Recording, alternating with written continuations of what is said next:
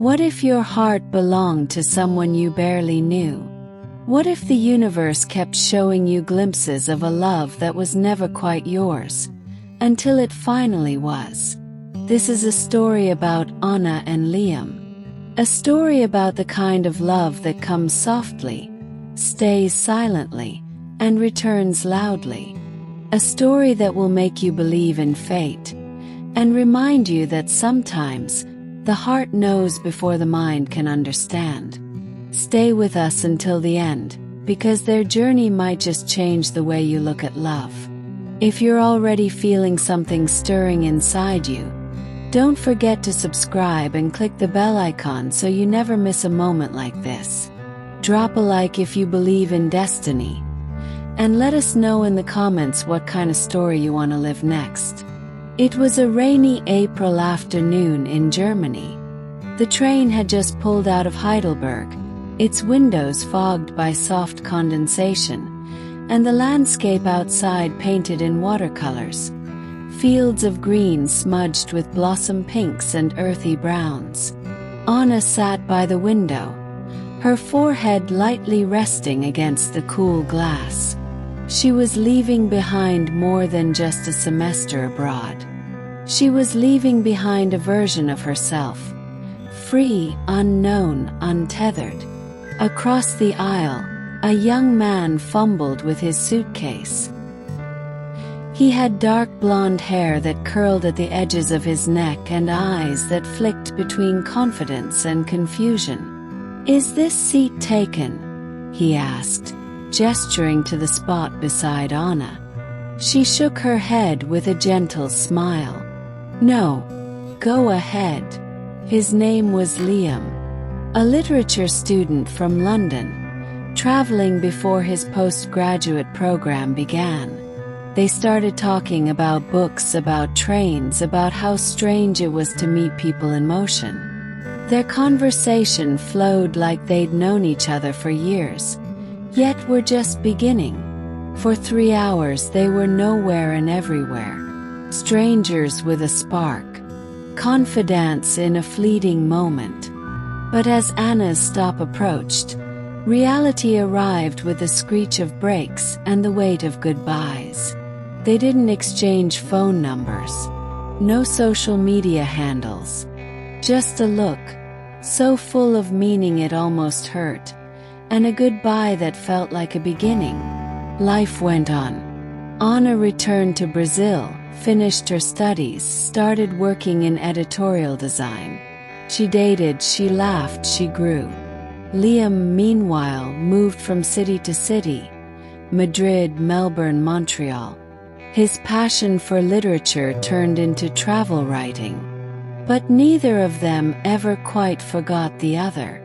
Sometimes, Anna would stare out the window on long bus rides and think of him. Liam, on flights to new continents, would imagine her sitting by a train window, hair tucked behind her ear. 3 years later it happened. Anna was visiting New York for a conference.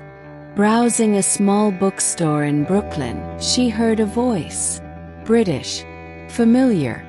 "Excuse me, but do you know if they carry Latin American fiction?" She turned, and there he was. Liam. Slightly older, but unmistakably him. Their eyes locked. There was silence, then laughter. That strange, surreal kind. The one that happens when the world tilts in the smallest, most beautiful way. They spent that afternoon walking through Prospect Park, talking like no time had passed. But Anna was engaged, and Liam was flying to Morocco the next morning. "Of course," she said later that night, standing by a crosswalk. "It's never the right time for us." And he smiled sadly. Not yet. 2 more years passed. Anna was single again. Life had taken unpredictable turns, and with them, her heart had shifted too. She found herself in Tokyo for a freelance design project, surrounded by a sea of cherry blossoms.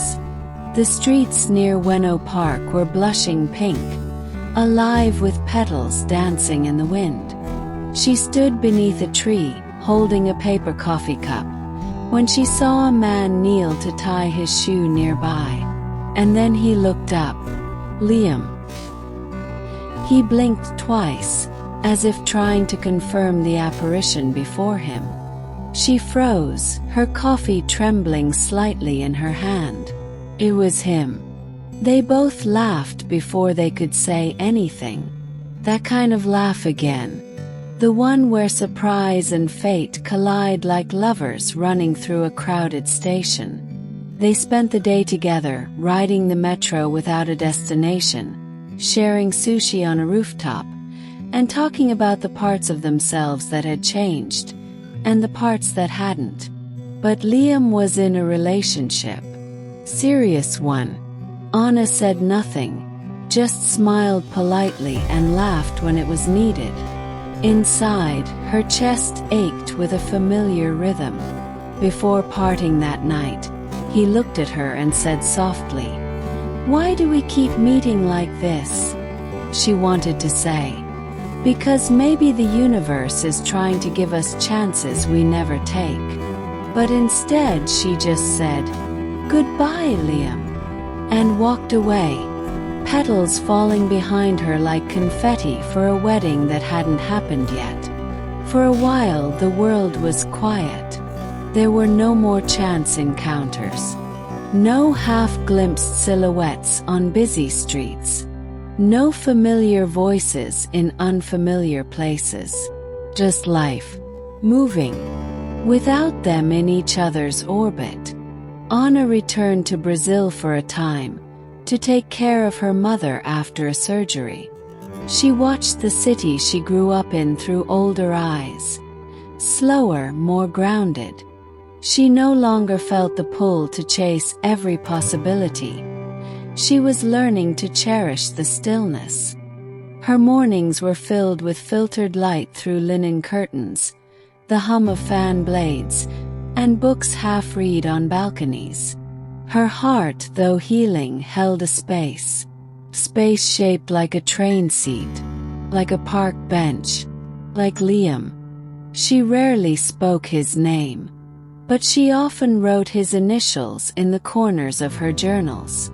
Sometimes, in moments between one commitment and the next, she would wonder, is he happy? Did he find someone who fit into his world in ways I couldn't? Across the ocean, Liam sat in his apartment in London, surrounded by travel souvenirs he no longer had the urge to collect. The walls bore postcards from Tokyo, Polaroids from Morocco, scribbled notes from cafes in Lisbon, but they felt like mementos from someone else's life. He'd once believed movement was the answer, that maybe the next city held the missing piece. But the more he traveled, the more he realized that some pieces aren't scattered across the map. They're standing still, waiting to be chosen. He dated, yes. He even came close to something serious. But no one laughed like she did. No one tilted their head when thinking quite like Anna. No one else made the world feel poetic in silence. For the first time, he wondered if timing was only part of the story. Maybe courage was the other. Maybe all these years, they hadn't just been separated by timing, but by fear. Anna arrived in London for a creative summit. It wasn't a romantic trip. It was work. Just work. She had time between events and wandered through a small park near the Thames, craving solitude. Her boots brushed against damp grass. She paused by a fountain, lost in the rhythm of water droplets hitting stone. Anna! Her breath caught. There he was. Liam. Lone. No girlfriend. No suitcase. No urgency. Just him. This time it wasn't a surprise. It felt like the culmination of a long, winding thread finally being pulled taut. They sat on a bench, the air thick with spring and the weight of everything they never said. And finally they spoke. "I always thought we'd meet again," he whispered. "But I never knew if we'd be ready." "I wasn't," she replied honestly. "Not then. Maybe not even now. But maybe that's what love is. Not finding the perfect moment. Just choosing to stay, even in the imperfection." He turned to her. "I don't want to miss you again." This time she didn't walk away. They started slowly, deliberately. No declarations. No labels. No pretending they hadn't lived entire lives apart. Just walks through markets. Long dinners that stretched into the kind of silence only two people who trust each other can share. Sunday mornings with coffee and newspapers. Wednesday nights watching old foreign films and quietly crying during the credits. Liam would sometimes read aloud to Anna from his old travel journals. Moments he'd written about her without naming her.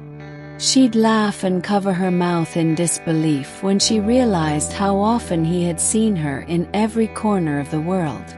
"I used to think I was chasing freedom," he told her one night, sitting on the floor with a glass of wine in hand. "But I think I was chasing you, through people, places, distractions." Anna reached for his hand. "And I was hiding in stillness, thinking I needed to protect myself. But maybe I was just waiting for you to stop running." They learned each other all over again. Not the past versions, the hopeful girl on a train and the boy with a suitcase, but who they had become. Soft, scarred, open, wiser. There were challenges, of course. Years apart had created habits, rhythms, fears. They argued. Sometimes they shut down. But they always came back. 'Cause for the first time, the clock wasn't working against them. It was finally gloriously on their side. One morning, Anna woke to find a small envelope tucked under her pillow. Inside was a train ticket. The departure city, London. The destination, Heidelberg. And beneath it, a handwritten note.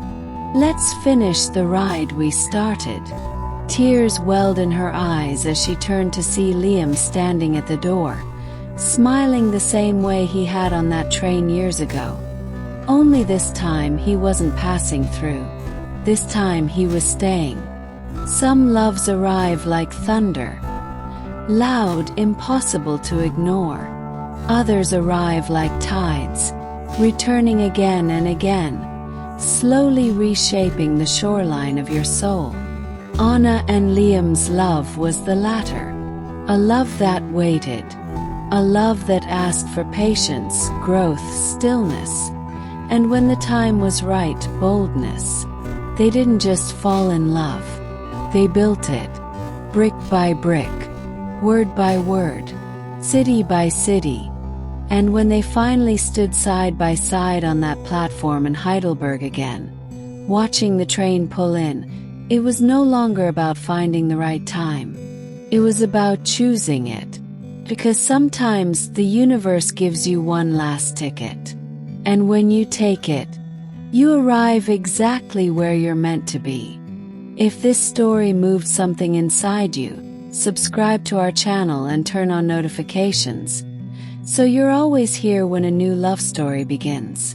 Leave us a comment. What story should we tell next? What almost happened in your life that you still dream about? We'll see you between stations in the next story.